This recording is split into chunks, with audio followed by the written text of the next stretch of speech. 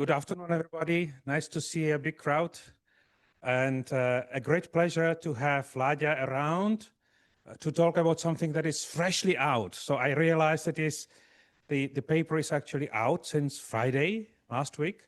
So this is great news for him, for the lab, and also for the institute to have a paper in science. It doesn't happen every day, every week.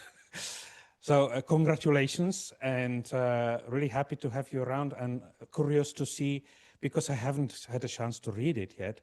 So we also switched on the recording, because now when it is out, there's no problem making it secret anymore.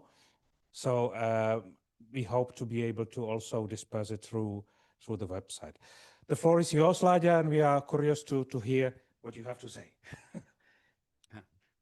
Thank you very much. So I see I see the many faces from only our lab. So and that reminds me the morning lab meeting. So I will start. So not to be short. So today I would like to introduce our project, which is now running out, and running is which is already published, but we are still also working on the project. And the name of the project is a molecular basis of volatile attachment to ciliated cells. So as many of you know, so the Bordetella pertussis is a gram-negative coccobacillus. It's an aerobic bacterium, and it's an obligate human pathogen, which is transmitted directly from contact from person to person. So it means that there is no really some animal or something which really transfer the bacterium.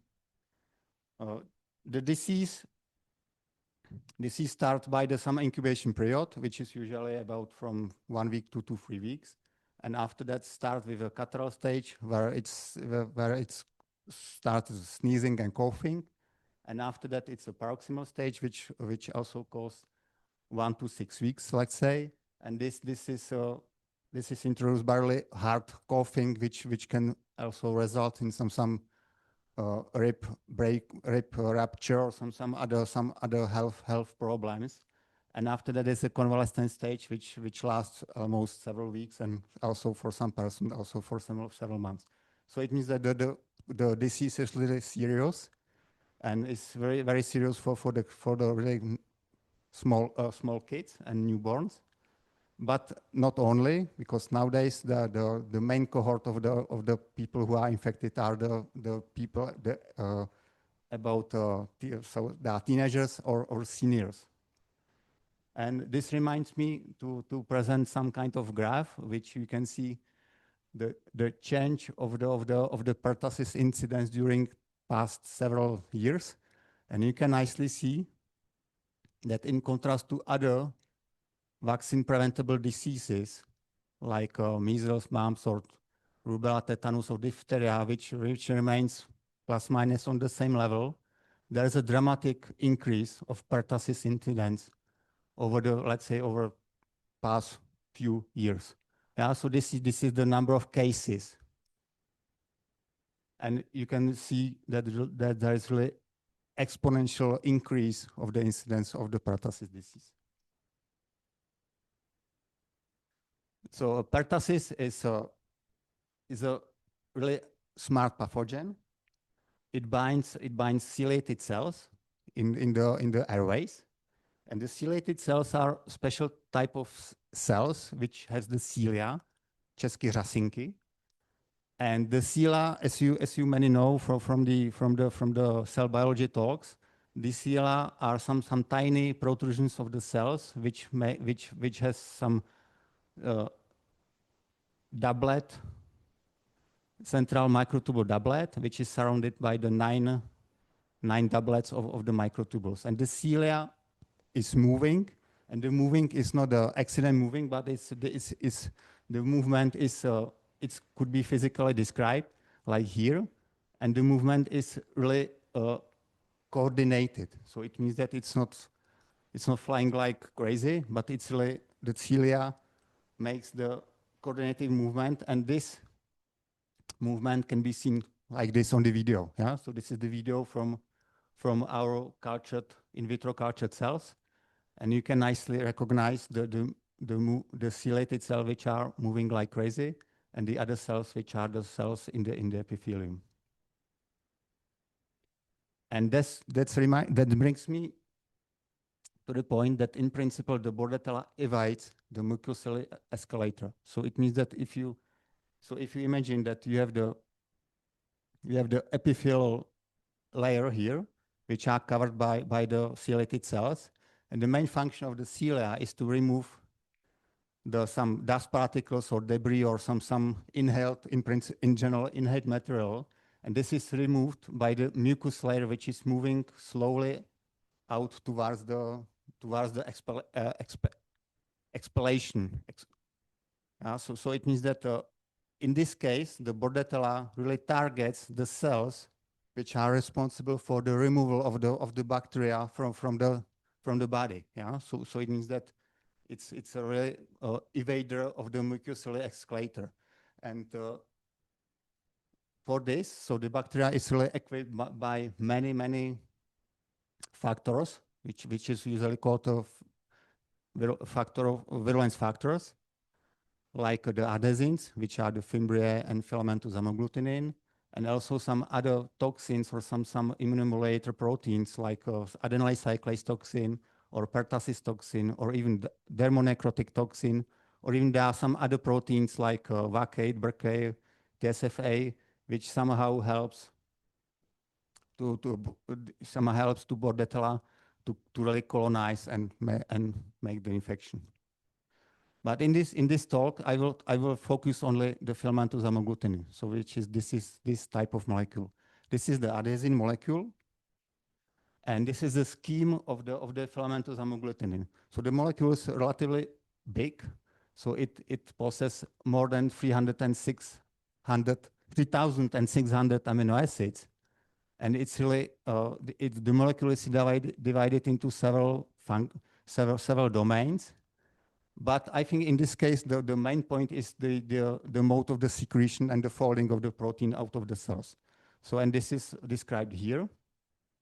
So the protein is translated on the ribosome and translated to standard seq-YG system to the periplasm, where it's recognized by the cognate FHA-C receptor, because these the FHA-B and FHA-C are so-called two-partner secretion system. So it means that the one partner is secreted as a second partner makes the secretion. So it means that FHA-C makes the pore, and the N-terminus of the protein is recognized by the tunnel, and is secreted out of the cells. But it's secreted in some special manner. So it means that it's not secreted like that the protein is directly secreted in, let's say, or N to C manner or C to N manner, but it is secreted like that the protein is still connected by some kind of loop, which goes back to the periplasm of the cells. So it means that the secretion is really complicated, and it's very hard to really somehow describe in vitro, because you need really you need the membranes, and you need the receptor, and yeah. So it means no one ever saw the folding of the protein in vitro. And once the protein is folded and secreted, it makes some kind of really tiny filament which is protruding out of the cells. And under in vitro culture conditions, there is a so-called some specific protease which is called SPH-beyond protease, which cleaves the protein at specific site, and it makes the release of the really thin filament to the extracellular medium. Yeah, but the main question is how this system could be the adhesive system. So if you imagine that something which is protruding out of the cells and is removed and shed into the extracellular environment, how this makes the really tiny connections to ciliated cells.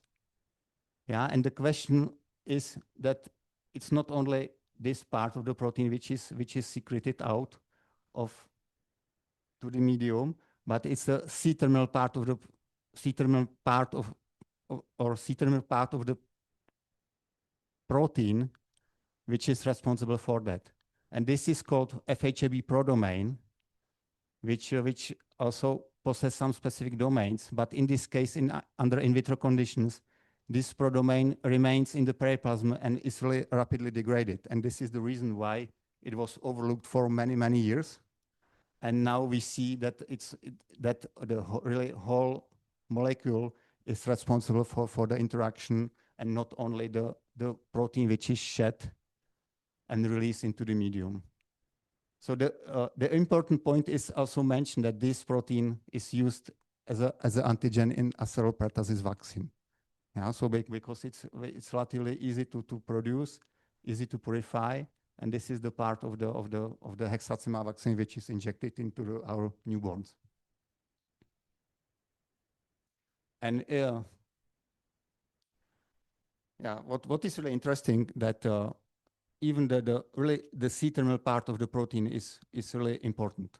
Yeah, so if you make the sequence comparison, you can nicely see that the protein is, let's say, 100% conserved among all Bordetella species. So we focused on this domain and solve the NMR structure with cooperation with Pepa Chmelík here at the institute. So you can see that the structure looks like that. So there are 2 helices and some beta strands. But if you make the comparison to other structures which are deposited in PDB database, it's a completely new structure. It's a completely new thought, and it's the resemblance to another protein is very, very low. So for other experiments, so we need to know what happened if we remove the C-terminal part of the protein. So we were suspicious if the removal of the C-terminal part of the protein play any role in the folding of the protein, and the answer is no, because if you purify the protein from the wild type and from the C-terminal deletion mutant, so the filament looks quite comparable. This is quite the same for the filament which is protruding out of the cells. So these are the image of the cryo-electron microscopy image of the mini cells derived from Bordetella pertussis, and you can nicely see really tiny filaments protruding out of the cells, and this corresponds to the filament which you saw in the scheme of the secretion. And if you compare the proteins from the wild type and from the mutant, so the fate and the surface representation is very comparable. So it means that most likely the removal of the C-terminal part of the protein doesn't have any role, or doesn't play any role in the secretion or folding of the protein.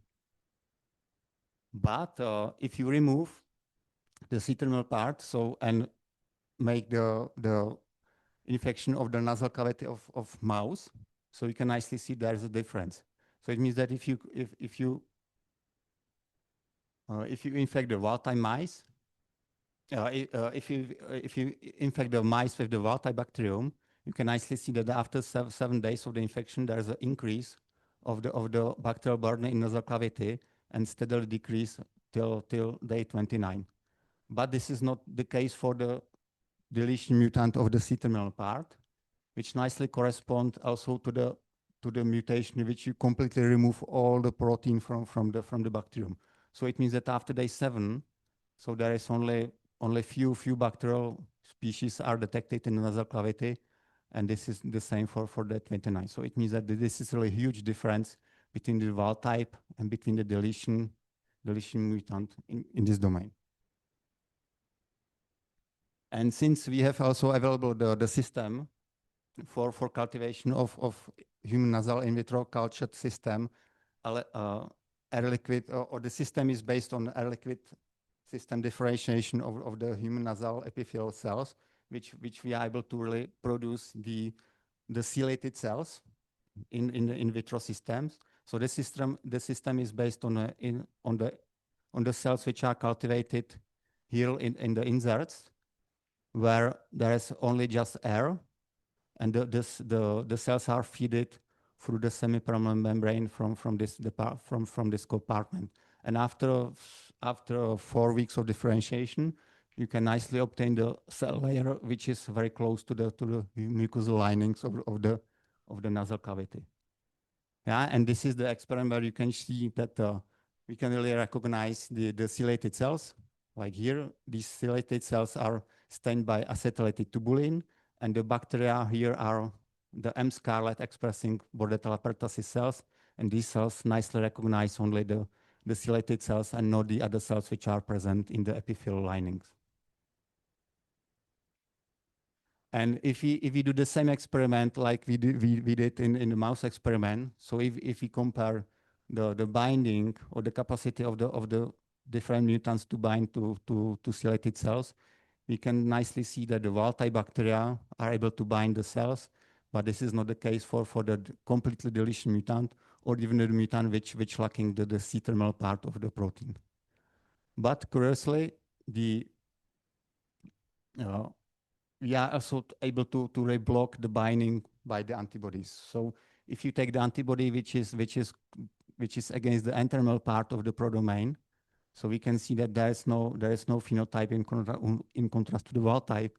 But in case of anti-CT antibodies, which is the antibodies against our domain, you can nicely see that we can really inhibit or abolish the interaction of the bacterial cells with the ciliated cells.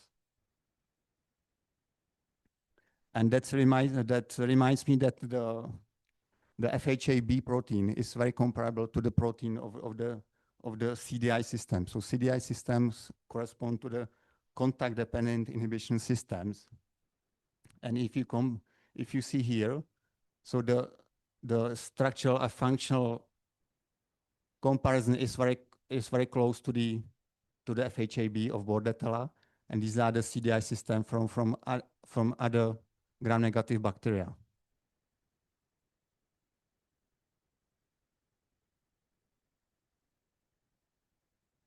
So if you remember the scheme of the secretion, the secretion is quite comparable. So the protein makes really long filament, which is recognized by the receptor binding domain here, and this interacts with the cell membrane of neighbor bug and delivers the cytotoxic domain from the C-terminal into the periplasm or even into the cytoplasm of the neighboring bug. And this system is really crucial for the interbacterial communication or even in interbacterial killing. Yeah? So this is one of the mechanisms where really the bacteria fight between each other to really make the environment to obtain the nutrients or the niche or whatever. Yeah. So and the structure is very comparable to the FHA-B. Yeah. So we decided to take only the cytotoxic domain, which is the nuclease domain here, and transfer it to the Bordetella and exchange for the C-terminal part of the Bordetella. And we produce the hybrid mutated protein, which carries the FHA-B, but the C-terminal domain is replaced by the cytotoxic domain from the nuclease domain of E. coli. And if you incubate the cells with in this case, these are the K562 cells. But in case of there is no bacteria, or even if there is if there is a mutant which is catalytically inactive, so it means that the H175 is a catalytically inactive nuclease domain, there is no production there is no degradation of RNA. But this is not the case for the mutation for the protein which is the active domain, and you can nicely see that there is an increase of the degradation of the RNA visible on this northern blot. And also this is not the case for the protein which is called the immunity protein. So it means that in case that the nuclease domain is expressed in the presence of immunity protein, there is also no cleavage of the RNA. So this is some kind of evidence that this domain could be also delivered into the eukaryotic cells. And if the domain is delivered, so the question is, what binds our C-terminal domain of the FHAB protein?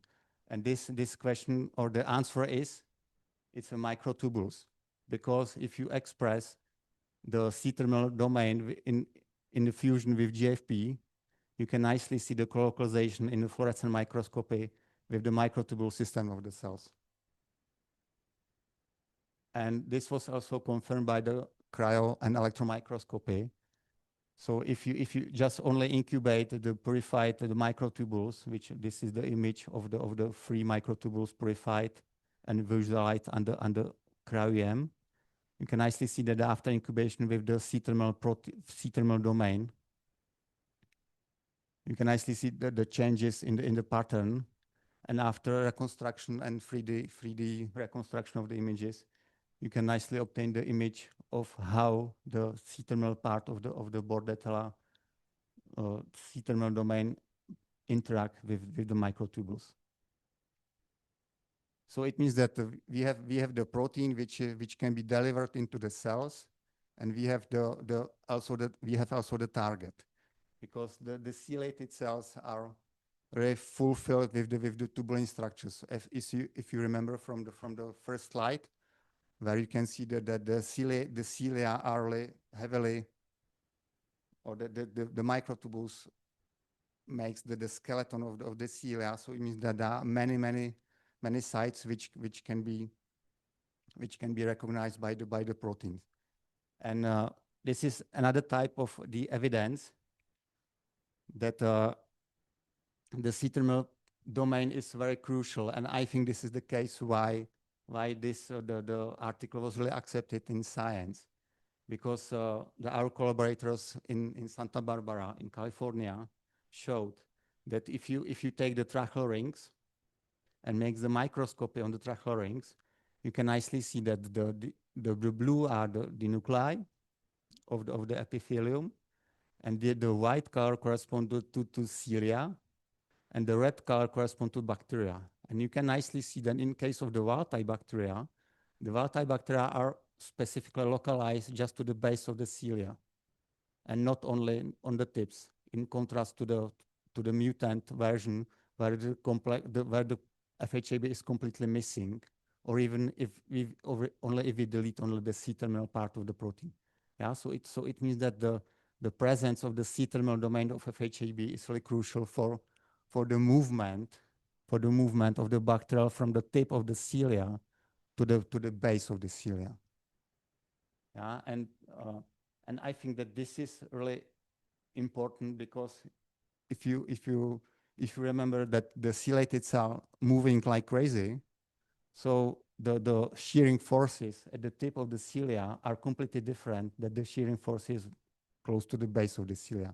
And I think that this is at the base of the cilia, there is a really just better niche for the bug to replicate and to survive than if you will be on the tip of the cilia, which is moving like crazy. Yeah, so that brings me to the final scheme of the interaction. So it means that once the bug recognize that the cilia on the ciliated epithelium, so the protein is the FHAB protein is secreted, and once the protein is secreted and makes the filament, there is a receptor binding domain which interacts with the membrane, with the ciliary membrane, but unfortunately we don't have the receptor yet. But after this interaction, so that it's not like that the protein is cleaved and shed into the extracellular environment, but it continues into the secretion, and the prodomain, which is believed under in vitro condition to be degraded, is pulled out from the cells and makes the extension of the filament like that. Because if you make the AlphaFold prediction of this blue domain, which is called FHA2 domain, you can nicely see there is an extension of the filament, and there are some kind of cell-like structure, which most likely penetrates the membrane of the ciliary, which penetrates the ciliary membrane and enables the translocation of the C-terminal part of the protein, which is afterwards engaged by the microtubules. And this makes really strong interaction between the bacterium and between the cilium. So as Honza mentioned, this story was recently published, and it's available in the really recent issue of Science Journal. So at the end, I would like to thank all the people who really collaborated or contributed to the project. Mainly, there are many people from our lab, but there are also some people from Institute of Molecular Genetics, namely Dominic Pincas for the help with the electron microscopy analysis. We have also good collaboration with the group of Andrew Corrange from Great Britain, and we have also very nice collaboration with guys from SATEC. There is a really very good infrastructure for a cryo-electron microscopy facility. And there is also very nice collaboration from Chris Hayes and Michael Costello from University of California, Santa Barbara, and also some guys from University of Texas. So, and it's very important to thank also to the funding. So which is also not only the OPIAC project, but there are also some another project like the Excellence project, which is now run out, but also some Czech Science Foundation, also to some infrastructural project which is necessary for the cryo-electron microscope. And thank you for attention.